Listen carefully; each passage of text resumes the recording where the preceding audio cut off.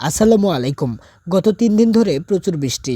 এই বৃষ্টির কারণে আমাদের ধান খেতে অনেক পানি জমে গেছে এবং ধান খেতে অনেক ঘাস হয়েছে। আমরা এখন সেখানেই যাচ্ছি ঘাসগুলোকে পরিষ্কার করার জন্য।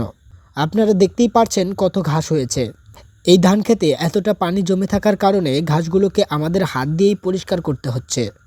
এইখানে আমাদের ১ বিঘার মতো ধান রয়েছে। এত পরিমাণ ঘাস হয়েছে যে বলার মতো না। একদিনে এত ঘাস পরিষ্কার করা সম্ভব না, কয়েকদিন সময় লেগে যাবে। সারাদিন ধরে ধান ক্ষেত নিড়াচ্ছি, এখন বাসায় যেতে হবে।